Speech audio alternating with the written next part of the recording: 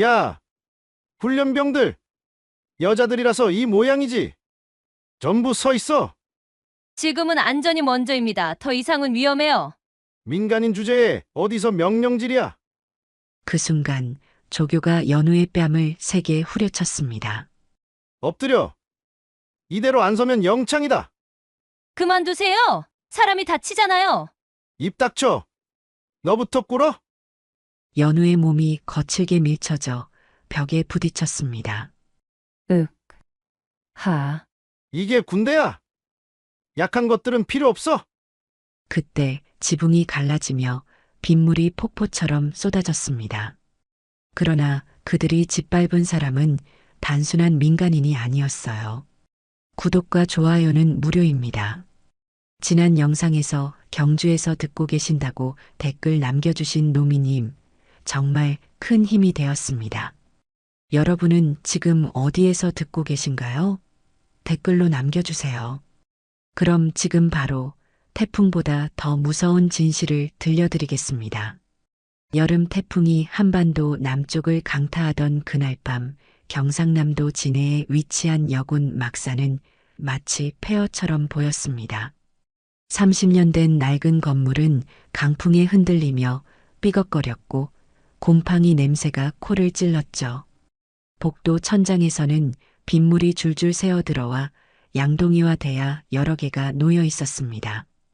똑똑 떨어지는 물소리가 귀를 때리는 가운데 어둠 속에서 한 여성의 실루엣이 나타났습니다.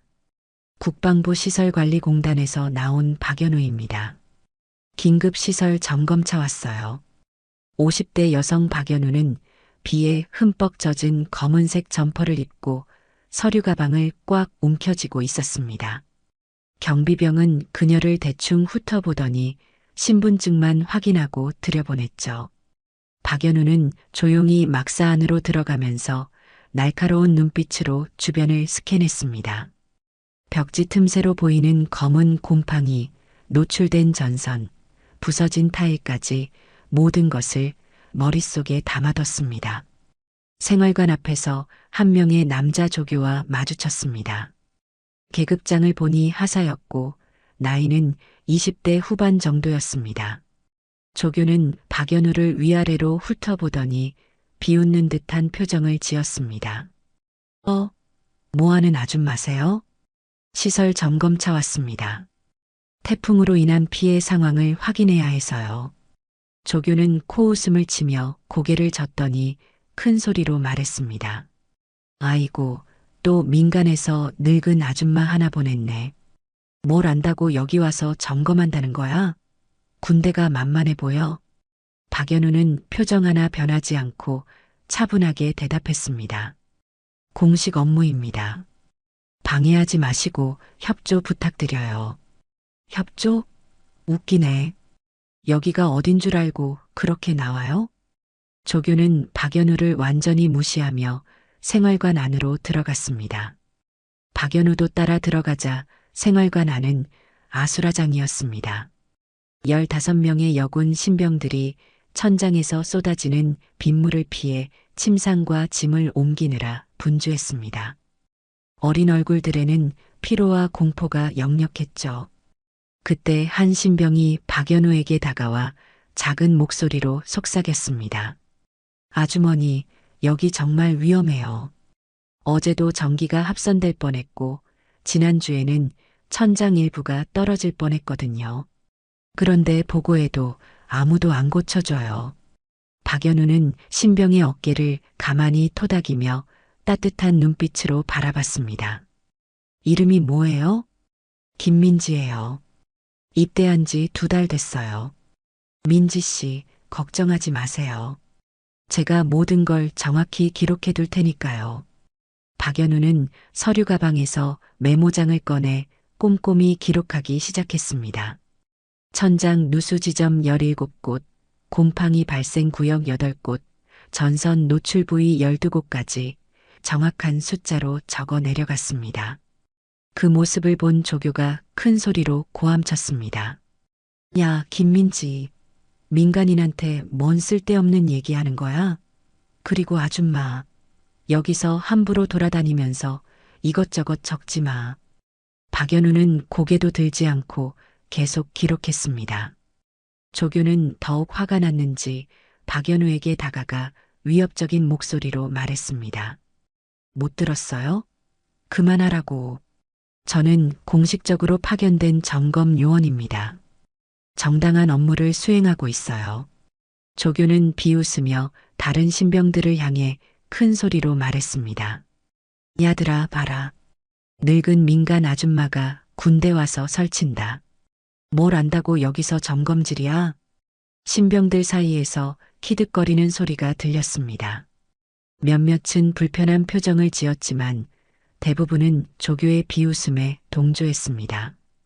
박연우는 그 모든 반응을 침착하게 지켜보며 메모장에 또 다른 내용을 기록했습니다. 시설 상태뿐만 아니라 내부 분위기, 인간관계, 그리고 조교의 언행까지 말이죠. 참 웃긴다 정말. 아줌마 여기가 어딘 줄 알아요? 군대예요 군대. 민간인이 함부로 와서 이래라 저래라 할 수 있는 곳이 아니라고. 박연우는 여전히 차분한 목소리로 대답했습니다. 저도 그걸 잘 알고 있습니다. 그래서 더욱 정확히 점검해야 하는 거죠. 조교는 박연우의 말에 더욱 짜증이 났는지 목소리를 높였습니다. 정확히? 뭘 정확히 해? 아줌마 같은 사람이 뭘 안다고? 그 순간 천둥 소리가 크게 울렸고 전등이 깜빡였습니다. 신병들이 깜짝 놀라며 서로를 붙잡았죠. 박연우는 이 모든 상황을 메모장에 기록하면서 속으로 생각했습니다. 아직 때가 아니다. 좀 더 지켜봐야 한다. 태풍은 점점 더 거세어졌고 밤은 깊어만 갔습니다. 박연우는 구석진 자리에 앉아 계속해서 모든 것을 기록했습니다. 시설 상태, 안전 문제, 그리고 무엇보다 이곳에서 벌어지는 모든 일들을 말이죠. 그 누구도 모르는 사실이 하나 있었습니다. 박연우는 단순한 민간 점검 요원이 아니었습니다. 그의 진짜 정체는 국방부 특임감찰관, 3스타 중장이었죠. 하지만 아직은 그 누구도 알 수 없었습니다.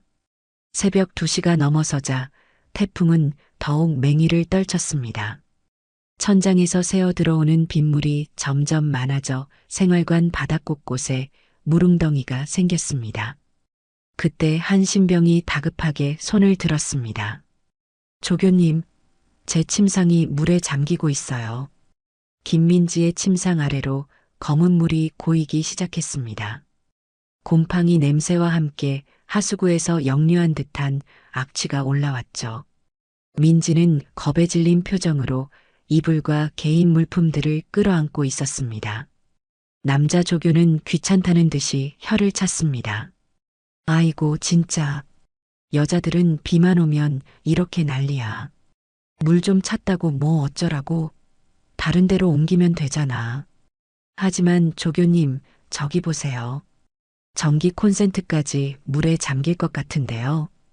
박연우가 조용히 끼어들었습니다. 감전 위험이 있으니 즉시 전원을 차단하고 응급조치를 취해야 합니다.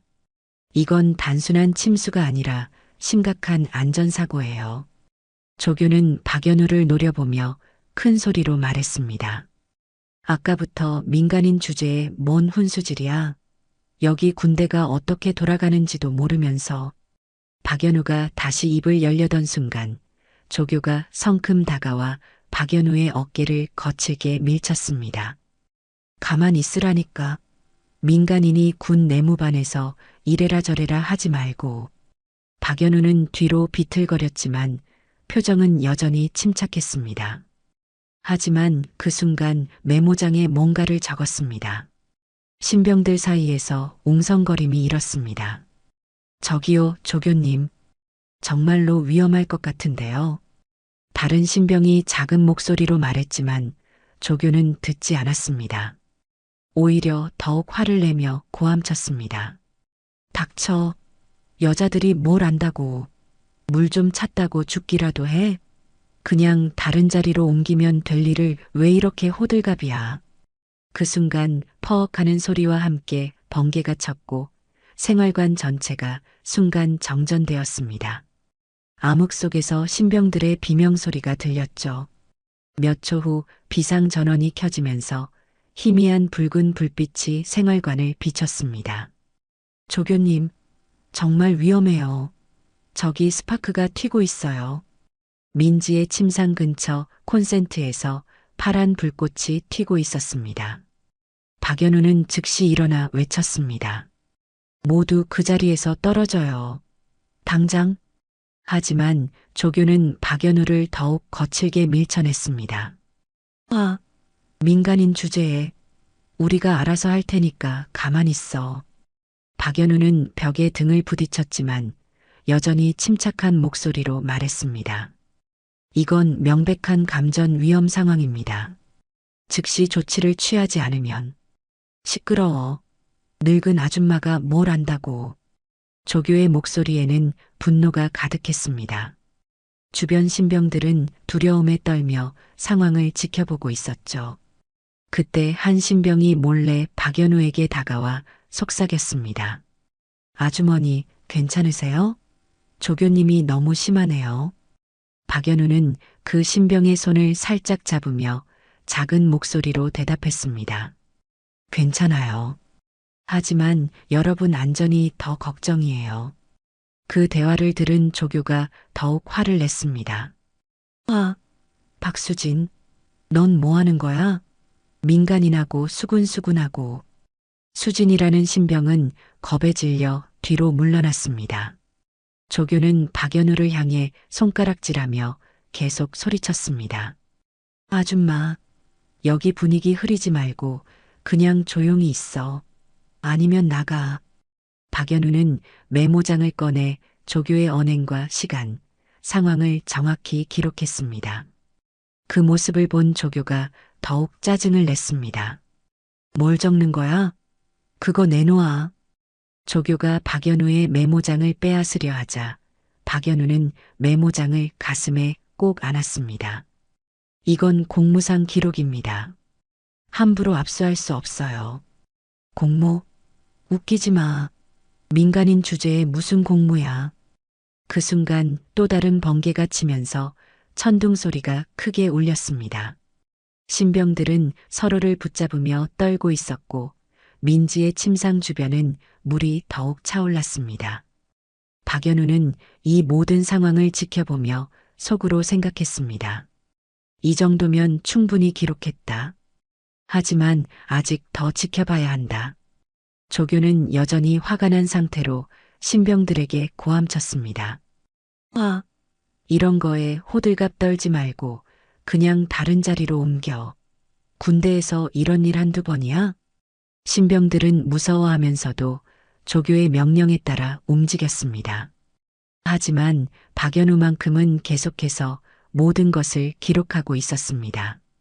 조교의 무책임한 대응, 안전 불감증, 그리고 민간인에 대한 무시와 폭언까지 말이죠. 새벽 4시가 되어서야 생활관이 조금 진정되었습니다. 신병들은 젖은 이불을 짜내고 물기를 닦아내느라 지쳐 있었죠. 박연우는 여전히 구석에 앉아 상황을 지켜보고 있었습니다. 그때 조교가 박연우에게 다가와 말했습니다. 아줌마, 이제 점검 다 했으면 가세요. 여기 더 있어봤자 할 일도 없잖아요. 아직 확인해야 할 것들이 남아 있어요. 특히 예산 관련 서류들 말이죠. 조교는 의아한 표정을 지었습니다. 예산 서류? 그건 왜 필요해요?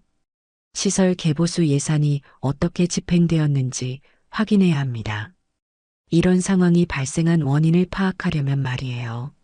박연우는 서류 가방에서 또 다른 메모장을 꺼냈습니다.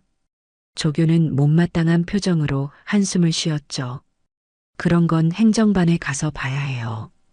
여기에는 없어요. 그럼 안내해 주시겠어요?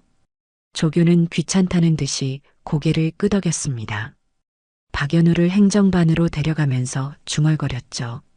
정말 민간인들은 일처리가 복잡해. 행정반에 도착하자 여군 하사 한 명이 야간 근무를 서고 있었습니다. 계급장을 보니 2등 중사였고 이름표에는 정미경이라고 적혀 있었습니다. 하사님, 이 아줌마가 예산 서류 좀 보겠다는데요. 정미경 하사는 박연우를 훑어보더니 고개를 갸우뚱했습니다. 예산 서류요? 그런 건 함부로 보여줄 수 없는데요. 민간인에게는. 박연우는 신분증을 다시 제시했습니다. 국방부 시설관리공단에서 파견 나왔습니다. 정식 점검 절차예요. 정미경 하사는 신분증을 자세히 확인한 후 컴퓨터 앞에 앉았습니다. 그럼 뭘 보고 싶으신데요? 최근 3년간 막사시설 개보수 관련 예산 집행 내역이요. 정미경 하사가 컴퓨터를 조작하자 화면에 각종 수치들이 나타났습니다. 박연우는 화면을 유심히 보더니 메모장에 뭔가를 적기 시작했습니다. 그러다가 갑자기 눈을 가늘게 뜨며 화면을 다시 봤습니다. 이상하네요. 지난해 방수 공사비로 2억이 책정되어 있는데 실제로는 공사가 안 된 것 같은데요. 정미경 하사의 표정이 순간 굳었습니다. 그건 공사는 했는데 효과가 별로 없었나 봐요. 박연우는 메모장을 넘기며 계속 질문했습니다. 전기 안전점검비로도 상당한 금액이 나가 있네요. 하지만 아까 본 상황으로는 아줌마 그런 세세한 건 저희도 잘 모르거든요. 위에서 시키는 대로 처리하는 거라서. 정미경 하사의 목소리에 불안감이 묻어났습니다. 박연우는 더욱 자세히 화면을 들여다보며 중요한 부분들을 메모했습니다. 납품업체명, 계약 금액, 완료 일자까지 모든 것을 말이죠. 그때 조교가 지루하다는 듯이 하품을 했습니다. 아줌마, 이제 충분히 봤죠? 새벽인데 너무 오래 붙잡고 있는 거 아니에요? 박연우는 아직 화면을 보며 말했습니다. 조금만 더요. 중요한 부분이 있어서. 뭐가 그렇게 중요해요? 어차피 민간인이 뭘 안다고. 그 순간 박연우의 눈이 화면의 한 부분에 멈췄습니다. 건축자재 납품 내역에서 이상한 점을 발견한 것이었죠. 같은 업체에서 같은 날짜에 중복으로 납품된 기록들, 그리고 실제 필요량보다 훨씬 많은 자재들이 발주된 흔적들 말입니다. 정 하사님, 이 부분 좀 설명해 주시겠어요? 왜 같은 자재가 이렇게 여러 번 발주됐죠? 정미경 하사는 당황한 기색을 감추지 못했습니다. 그건 저도 정확히는. 박연우는 계속해서 파고들었습니다. 그리고 이 업체 대한건설자재라는 곳인데 실제로 존재하는 업체인가요? 사업자 등록번호가 좀 이상한데요. 정미경 하사의 얼굴이 창백해졌습니다. 조교도 뭔가 심상치 않음을 느끼고 박연우 옆으로 다가왔습니다. 아줌마, 이제 그만 봐요. 너무 깊이 파고들면 뭐가 문제인가요? 이건 명백한 예산 전용 의혹이에요. 박연우의 목소리에는 이전과 다른 날카로움이 있었습니다. 정미경 하사는 컴퓨터 화면을 급히 끄려 했지만 박연우가 화면을 사진으로 찍어뒀습니다. 잠깐요. 함부로 사진 찍으면 안 돼요. 정미경 하사가 다급하게 말했지만 이미 늦었습니다. 박연우는 모든 중요한 화면들을 기록해뒀죠. 조교도 상황이 심상치 않음을 느끼고 박연우를 막으려 했습니다. 야, 아줌마. 그런 거 함부로 가져가면 안 돼요. 군 기밀이라고. 기밀이요? 예산 집행 내역이 왜 기밀이죠? 이건 국민 세금으로 집행된 공적 자금인데요. 박연우의 반박에 조교는 말문이 막혔습니다. 정미경 하사는 초조한 표정으로 핸드폰을 들여다보더니 누군가에게 메시지를 보냈습니다. 박연우는 그 모습도 놓치지 않고 메모장에 기록했죠. 몇 분 후 정미경 하사가 조심스럽게 입을 열었습니다. 아주머니, 혹시 이런 거 위에 보고하실 생각이세요? 당연히 보고해야죠. 이런 의혹스러운 부분들은. 그런데 말이에요. 정미경 하사의 목소리가 더욱 작아졌습니다. 이런 일로 부대에 문제가 생기면 결국 피해보는 건 저희 같은 말단들이거든요. 아주머니도 이해하시죠? 박연우는 정미경 하사를 바라보며 조용히 말했습니다. 그럼 지금까지 이런 일들이 계속 있었다는 뜻인가요? 정미경 하사는 대답하지 않고 고개만 숙였습니다. 하지만 그 침묵이 이미 답이었죠. 박연우는 메모장에 마지막 문장을 적었습니다. 내부 은폐 시도 확인됨. 상황은 박연우가 예상했던 것보다 훨씬 심각했습니다. 새벽 5시 태풍이 절정에 달했을 때 갑작스럽게 비상 나팔 소리가 울렸습니다. 대대장의 목소리가 확성기를 통해 퍼져나왔죠. 전 부대원 즉시 집합, 태풍 대비 비상훈련 실시한다. 박연우는 깜짝 놀라며 창밖을 내다봤습니다. 폭우와 강풍이 몰아치는 상황에서 훈련이라니 말이 안 됐습니다. 생활관에서 신병들이 우르르 나와 운동장으로 뛰어가는 모습이 보였습니다. 이런 날씨에 훈련을 하다니. 박연우는 메모장을 챙기고 급히 밖으로 나갔습니다. 운동장에는 여군 신병들이 줄을 서 있었고 남자 조교가 호각을 불며 소리치고 있었습니다. 오늘 같은 날 병사 정신력을 기른다.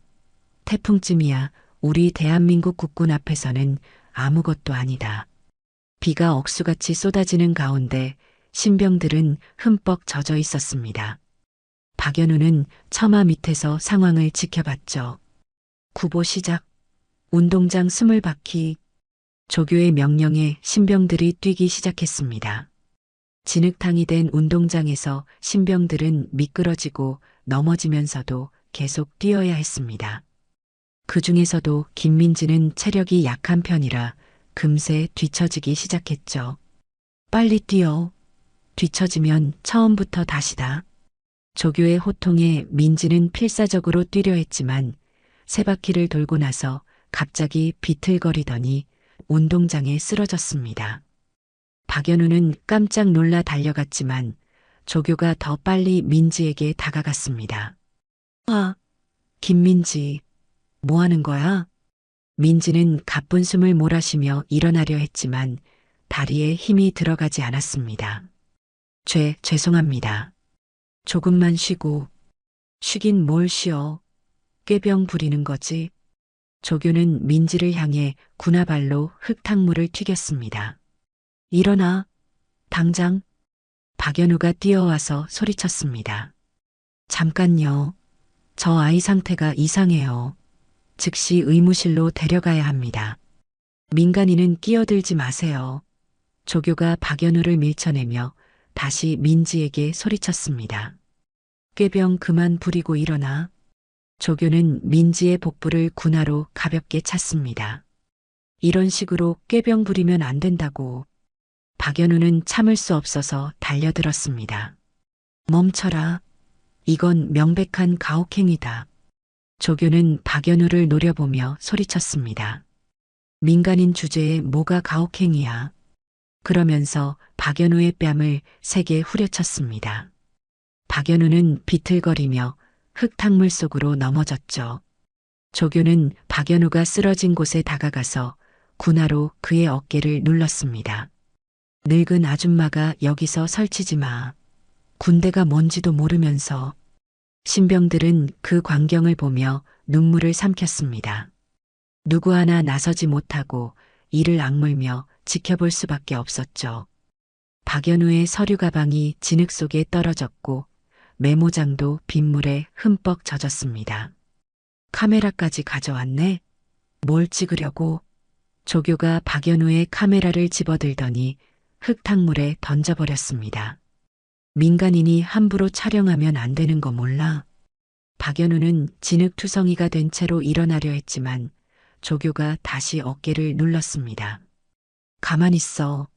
누가 일어나라고 했어? 민간인 주제에 군대 와서 설치더니 이 꼴 나네.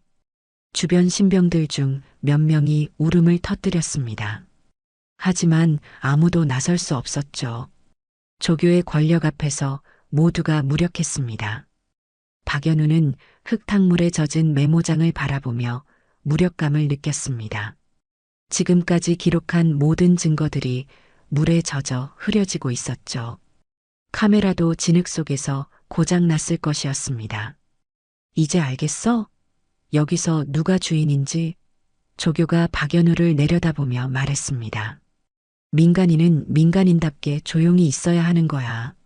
쓰러진 민지도 여전히 일어나지 못하고 있었지만 조교는 더 이상 신경 쓰지 않았습니다. 오히려 다른 신병들에게 소리쳤죠.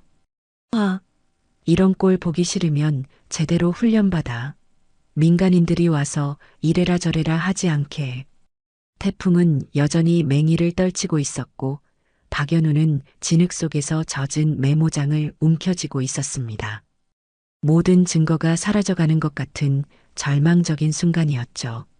하지만 박연우의 눈빛만은 꺾이지 않았습니다. 아직 끝나지 않았다는 듯이 말이에요. 새벽 6시 태풍은 더욱 강해져서 건물 전체가 흔들렸습니다. 박연우는 진흙탕에서 일어나 젖은 옷을 털어내며 민지에게 다가갔습니다. 민지는 여전히 바닥에 쓰러져 있었고 얼굴이 창백했죠. 괜찮아요? 어디 아픈 곳 있어요? 박연우가 민지의 맥박을 확인하려던 그때 조교가 다시 소리쳤습니다.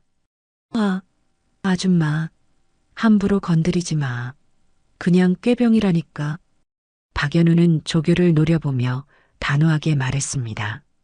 이 아이는 지금 위험한 상태예요. 즉시 의무실로 데려가야 합니다. 시끄러워.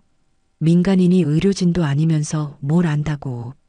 그 순간 하늘에서 번개가 번쩍이더니 천둥 소리가 크게 울렸습니다. 그와 동시에 생활관 쪽에서 우르륵쾅 하는 소리가 들렸죠. 모두가 그쪽을 바라보자 생활관 지붕 일부가 무너져 내리고 있었습니다. 아, 큰일 났다. 신병들이 비명을 지르며 뛰기 시작했습니다. 생활관에서 빗물이 폭포처럼 쏟아져 들어오고 전기가 나가면서 건물 전체가 정전되었습니다. 어둠 속에서 신병들의 공포에 질린 목소리들이 들렸습니다. 불이 나간다. 물이 너무 많이 들어와요. 어떻게 해요? 조교도 당황했습니다. 하지만 여전히 자신의 권위를 지키려 했죠. 당황하지 마. 침착하게 행동해. 하지만 조교 자신도 무엇을 해야 할지 몰라 우왕좌왕했습니다. 그때 박연우가 일어서서 큰 소리로 외쳤습니다. 모두 생활관에서 멀리 떨어지세요. 건물이 더 무너질 위험이 있어요. 아줌마가 뭘 안다고. 조교가 화를 내며 박연우에게 다가갔습니다. 여기는 내가 지휘하는 곳이야. 조교는 박연우의 가슴팍을 세게 밀쳤습니다. 박연우는 뒤로 밀려나며 막사벽에 등을 부딪혔죠. 입가에 피가 맺혔습니다. 민간인 주제에 여기서 지시하지 마. 박연우는 벽에 기대어 서서 입가에 피를 닦았습니다. 하지만 포기하지 않았죠. 마지막 힘을 짜내어 점퍼 안쪽 주머니에서 작은 무전기를 꺼냈습니다. 조교가 그 모습을 보고 놀랐습니다. 뭐야, 그거? 박연우는 무전기의 전원을 켜고 특정 주파수로 맞췄습니다. 그리고는 암구호를 송신하기 시작했습니다. 코드 블루 717. 위치 진해 여군 막사. 긴급 상황 발생. 즉시 지원 요청. 조교가 무전기를 빼앗으려 했지만 박연우는 이미 송신을 완료했습니다. 아, 그게 뭐야? 함부로 어디에 연락한 거야? 박연우는 무전기를 다시 주머니에 넣으며 조용히 말했습니다. 곧 지원이 올 거예요. 그때까지 신병들 안전만 챙기세요. 지원? 무슨 지원? 아줌마가 무슨 권한으로? 그 순간 또 다른 지붕 부분이 무너져 내렸습니다. 이번에는 더 큰 소리와 함께 생활관 안에서 연기가 피어오르기 시작했습니다. 전선이 합선되면서 불꽃이 튀고 있었던 것입니다. 불이야. 불이 났어요. 신병들이 패닉 상태에 빠졌습니다. 조교도 이제는 완전히 당황해서 어쩔 줄 몰랐죠. 어떻게 해? 소방서에 신고해야 하나? 박연우가 신병들을 향해 소리쳤습니다. 모두 안전한 곳으로 대피하세요. 연기 마시지 않도록 낮게 자세를 유지하고. 조교가 화를 내며 박연우에게 또 다가갔습니다. 아줌마, 지시는 내가 할 테니까 가만히 있어. 조교는 또다시 박연우를 밀쳤고 이번에는 박연우가 바닥에 넘어졌습니다. 무릎과 손바닥에서 피가 났죠. 하지만 박연우는 다시 일어나서 신병들을 챙겼습니다. 민지, 일어날 수 있어요? 민지는 여전히 의식이 흐릿했지만 박연우의 도움으로 겨우 일어섰습니다. 박연우는 민지를 부축하며 다른 신병들과 함께 안전한 곳으로 대피시켰습니다. 아줌마, 괜찮으세요? 한 신병이 걱정스럽게 물었습니다. 괜찮아요. 여러분이 안전한 게 더 중요해요. 그 순간 멀리서 헬기 소리가 들리기 시작했습니다. 처음에는 태풍 소리에 묻혀 잘 들리지 않았지만 점점 가까워지고 있었죠. 조교는 그 소리를 듣고 의아해했습니다. 헬기? 이 날씨에 누가 헬기를? 헬기 소리는 점점 더 가까워졌고 곧 막사상공을 맴돌기 시작했습니다. 강한 바람과 비 때문에 착륙하기는 어려워 보였지만 분명히 이쪽으로 오고 있었습니다. 박연우는 하늘을 올려다보며 작은 미소를 지었습니다. 입가에 피와 진흙투성이 얼굴에도 불구하고 그의 눈빛에는 이상한 확신이 있었죠. 조교는 불안해하며 박연우를 바라봤습니다. 아줌마, 설마 정말로 어디 신고한 거야? 박연우는 대답하지 않고 젖은 메모장을 다시 꺼냈습니다. 글씨는 번졌지만 여전히 읽을 수 있는 부분들이 있었습니다. 그리고 무전기를 다시 꺼내 들었죠. 코드 블루 717. 상황 지속 중. 부상자 1명. 시설 붕괴 진행 중. 신속한 지원 바람. 조교의 얼굴이 창백해졌습니다. 뭔가 큰일이 벌어지고 있다는 것을 직감했기 때문이죠. 하지만 아직도 박연우가 누구인지는 전혀 모르고 있었습니다. 헬기 소리가 점점 더 가까워지면서 막사 위로 강한 바람이 불어왔습니다. 태풍 속에서도 헬기가 강행 착륙을 시도하고 있었죠. 조교와 신병들은 모두 하늘을 올려다보며 놀란 표정을 짓고 있었습니다. 이런 날씨에 헬기가 어떻게? 조교가 중얼거리는 사이 헬기에서 밧줄이 내려왔습니다. 그리고 군복을 입은 사람들이 하나둘씩 내려오기 시작했죠. 첫 번째로 내려온 사람은 헌병 계급장을 단 중령이었습니다. 헌병 특임반이다. 모든 인원 현재 위치에서 대기. 헌병 중령의 우렁찬 목소리가 태풍 소리를 뚫고 들렸습니다. 이어서 공병대원들과 의무병들이 차례로 내려왔죠. 전부 완전 무장 상태였습니다. 조교는 완전히 당황했습니다. 헌병? 왜 헌병이 여기에? 헌병 중령이 조교에게 다가갔습니다. 당신이 이 부대 조교인가? 네. 그런데 무슨 일로? 지금부터 이 부대는 특별수사 대상이다. 모든 인원은 우리의 지시에 따라 행동하라. 그 순간 대대장이 급히 뛰어왔습니다. 헌병들을 보고 깜짝 놀라며 말했죠. 여기 무슨 일입니까? 왜 헌병대가? 헌병 중령은 대대장에게 경례를 한 후 말했습니다. 대대장님, 특임감찰관의 긴급 요청에 의해 출동했습니다. 특임감찰관? 무슨 말씀이신지. 그때 의무병들이 쓰러져 있던 민지에게 달려갔습니다. 신속하게 응급처치를 하면서 들것으로 옮겼죠. 환자 상태 위중. 즉시 후송 필요합니다. 한편 공병대원들은 붕괴된 생활관을 살펴보며 안전 상태를 점검했습니다.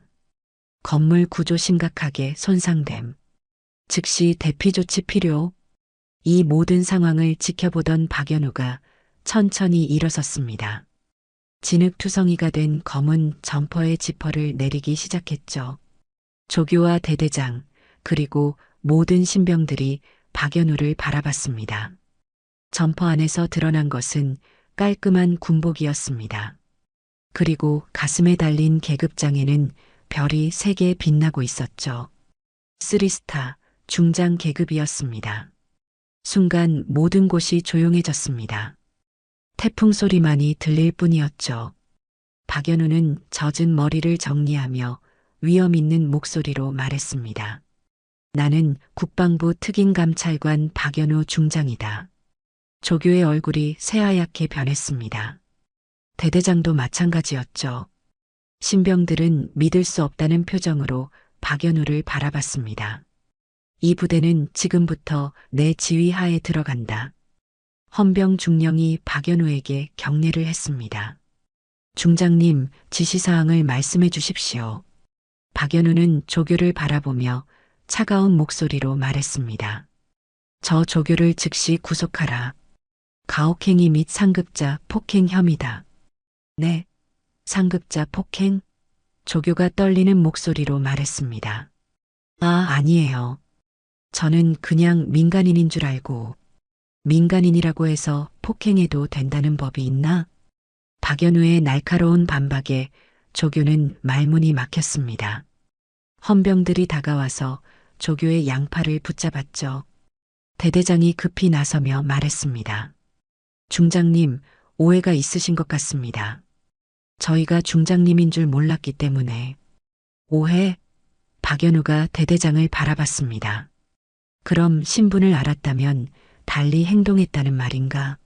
계급이 낮다면 폭행해도 괜찮다는 뜻인가?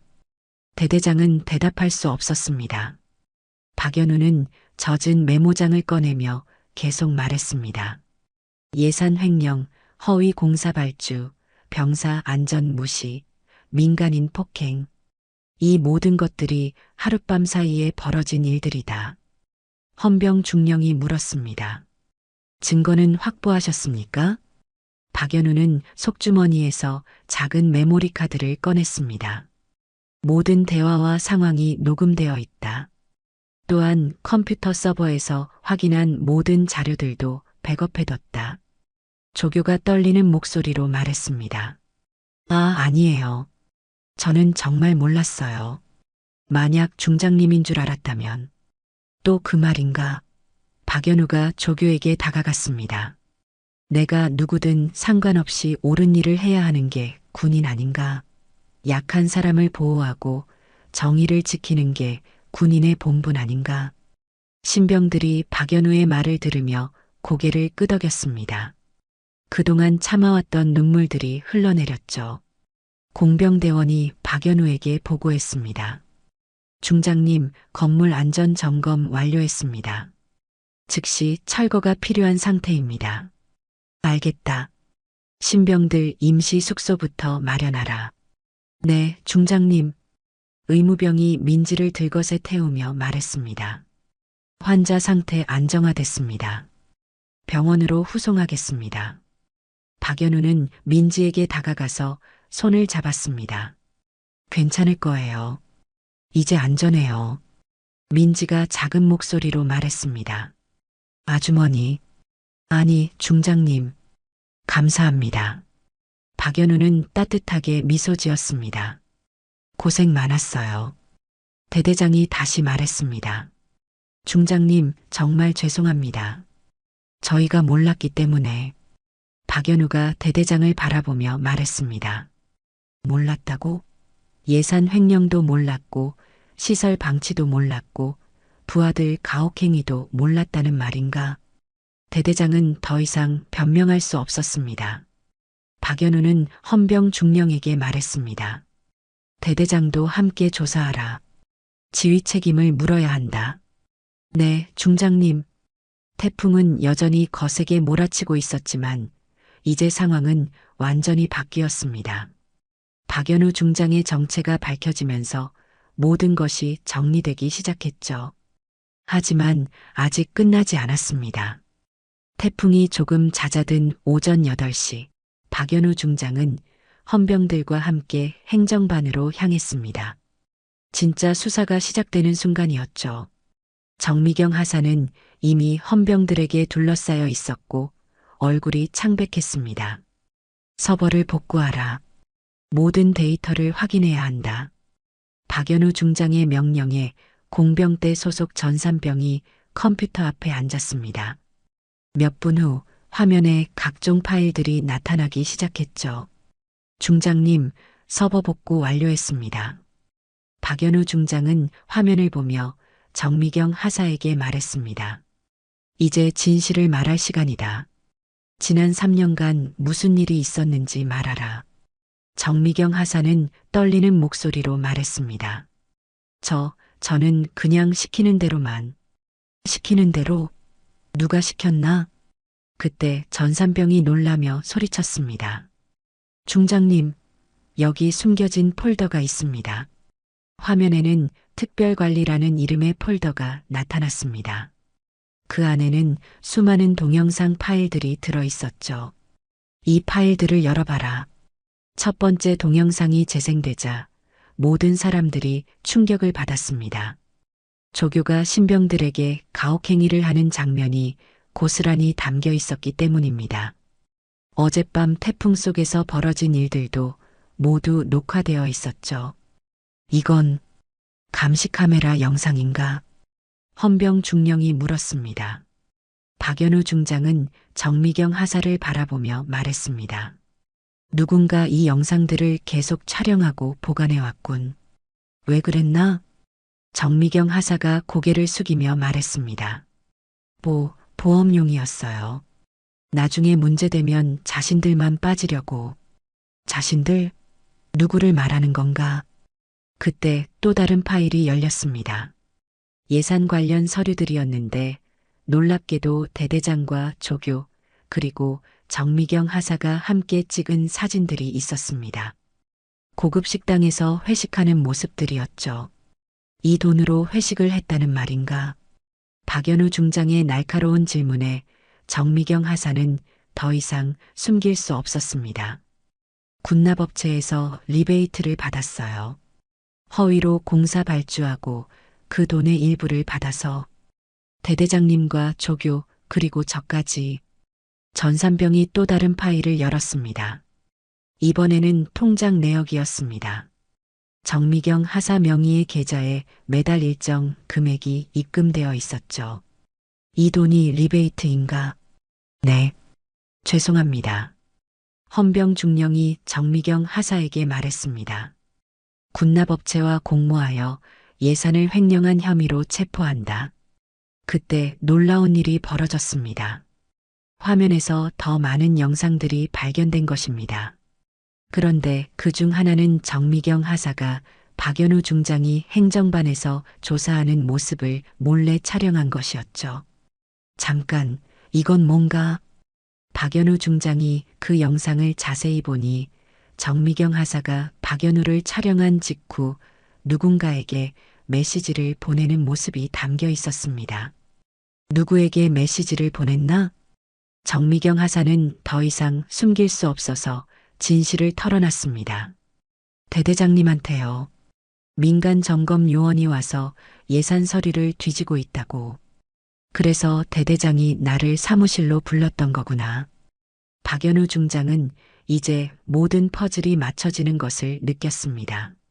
대대장이 협박했던 이유, 조교가 더욱 난폭해진 이유, 모든 것이 계획된 일이었던 것입니다. 전산병이 마지막 폴더를 열었습니다. 계약서라는 이름의 폴더였는데 그 안에는 가짜 군납업체들과의 계약서들이 가득했습니다. 대한건설자재, 진해시설공사, 부산안전점검. 이 업체들이 모두 가짜인가? 네.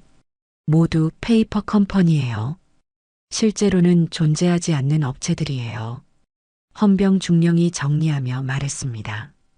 그럼 지난 3년간 시설 개보수 예산 전액이 횡령당한 거네요. 박연우 중장은 고개를 끄덕였습니다. 그래서 막사가 이 지경이 된 거다.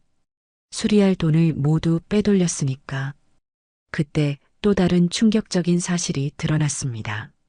영상 중 하나에서 대대장이 상급 부대에 허위 보고하는 모습이 발견된 것입니다. 시설 개보수 완료, 병사 만족도 최고 수준이라고 보고하고 있었죠. 박연우 중장은 분노를 참으며 말했습니다. 병사들의 안전은 안중에도 없고 오직 돈과 자신들의 이익만 생각했구나. 정미경 하사가 눈물을 흘리며 말했습니다.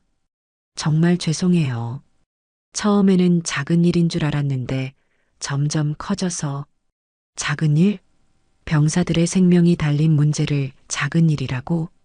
박연우 중장의 엄중한 목소리에 정미경 하사는 더 이상 말할 수 없었습니다. 헌병 중령이 보고했습니다. 중장님, 모든 증거 수집 완료했습니다. 대대장 권한 정지 및 조교 구속, 정미경 하사 구속 조치하겠습니다. 박연우 중장은 창밖을 바라보며 말했습니다. 군을 무너뜨린 건 태풍이 아니었다. 내부의 썩은 마음들이었어. 모든 진실이 드러났고 정의의 심판이 시작되었습니다. 하지만 박연우 중장의 마음은 무거웠습니다. 이런 일이 다른 부대에서도 벌어지고 있을지도 모른다는 생각 때문이었죠. 이제 진짜 변화가 시작된다.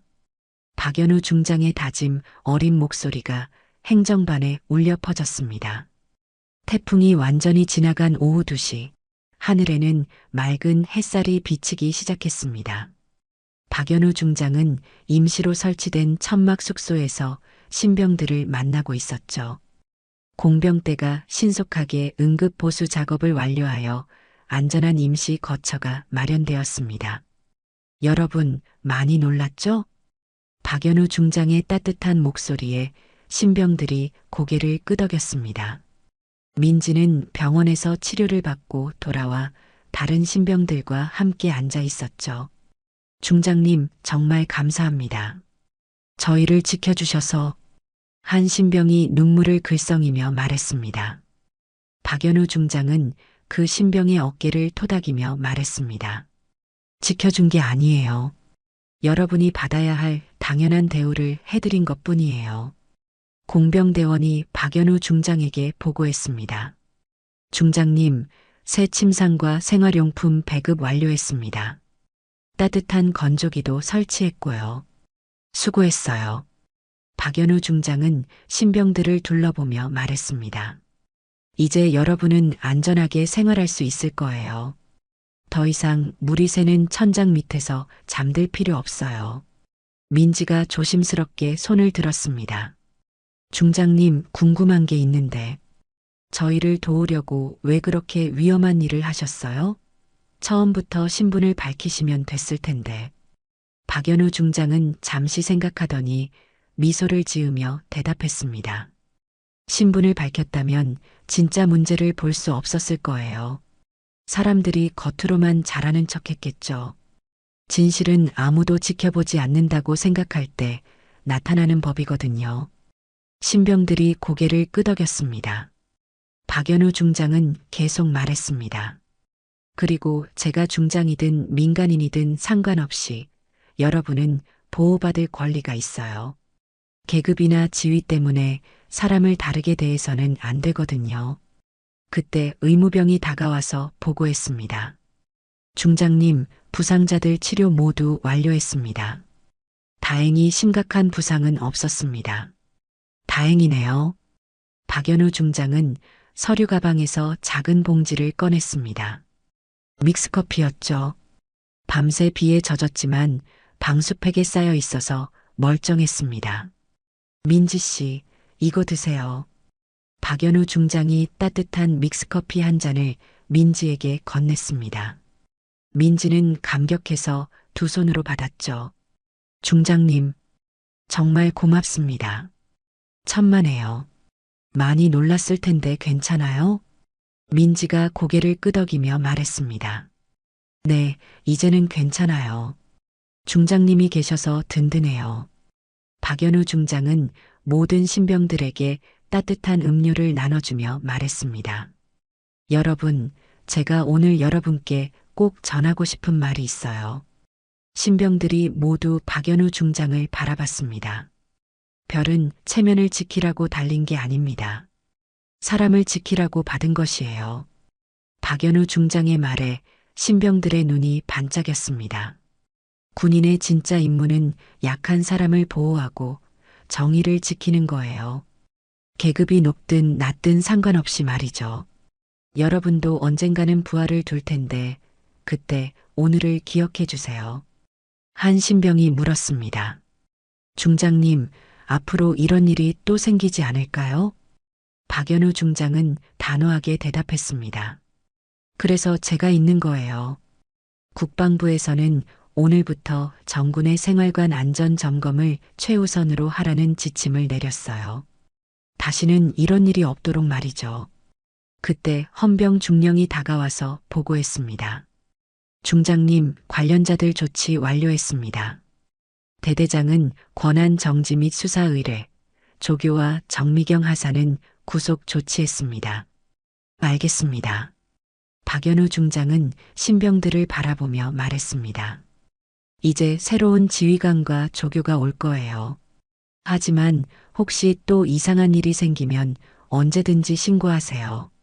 여러분의 안전이 가장 중요하니까요. 해가 서서히 지기 시작했습니다. 박연우 중장은 창밖을 바라보며 깊은 생각에 잠겼습니다. 헌병 중령이 다가와서 말했습니다.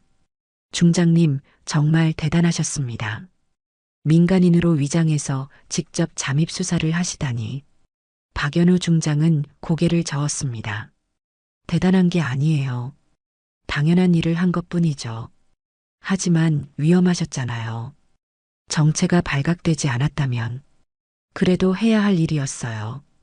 이런 일들이 얼마나 많이 숨어 있는지 모르거든요. 그때 민지가 다가와서 말했습니다. 중장님, 저 군생활 열심히 할게요. 그리고 나중에 저도 중장님처럼 약한 사람들을 도와주는 사람이 되고 싶어요. 박연우 중장은 민지를 바라보며 환하게 웃었습니다. 그런 마음만 있으면 돼요. 계급이나 지위가 중요한 게 아니라 마음이 중요한 거니까요. 저녁이 되자 새로운 대대장이 부임했습니다. 젊고 성실해 보이는 중령이었죠. 박연우 중장은 새 대대장과 함께 막사를 둘러보며 당부의 말을 전했습니다. 이 부대 신병들을 잘 부탁드려요. 이들은 정말 소중한 우리의 딸들이에요. 네, 중장님. 반드시 잘 돌보겠습니다. 다음 날 아침, 비가 개인 맑은 하늘 아래 태극기가 펄럭이고 있었습니다. 신병들은 새로 지급받은 깨끗한 군복을 입고 경례를 하고 있었죠. 그들의 눈빛에는 희망이 가득했습니다. 박연우 중장은 헬기에 오르기 전 마지막으로 신병들을 바라봤습니다. 그리고 작은 목소리로 중얼거렸습니다. 이제 시작이다. 진짜 변화는 지금부터야. 헬기가 떠오르자 신병들이 손을 흔들었습니다. 박연우 중장도 창문 너머로 손을 흔들며 미소 지었죠. 어제의 태풍은 지나갔지만 진짜 변화의 바람은 이제 막 불기 시작했습니다. 진정한 어른이란 박연우 중장처럼 자신의 지위를 내려놓고서라도 옳은 일을 하는 사람이 아닐까 싶습니다. 나이 듦의 의미는 권력을 휘두르는 게 아니라 더 많은 사람을 품어 안는 것이죠. 이 이야기가 여러분의 마음에 작은 울림이 되었기를 바라며 구독과 좋아요로 응원해 주세요.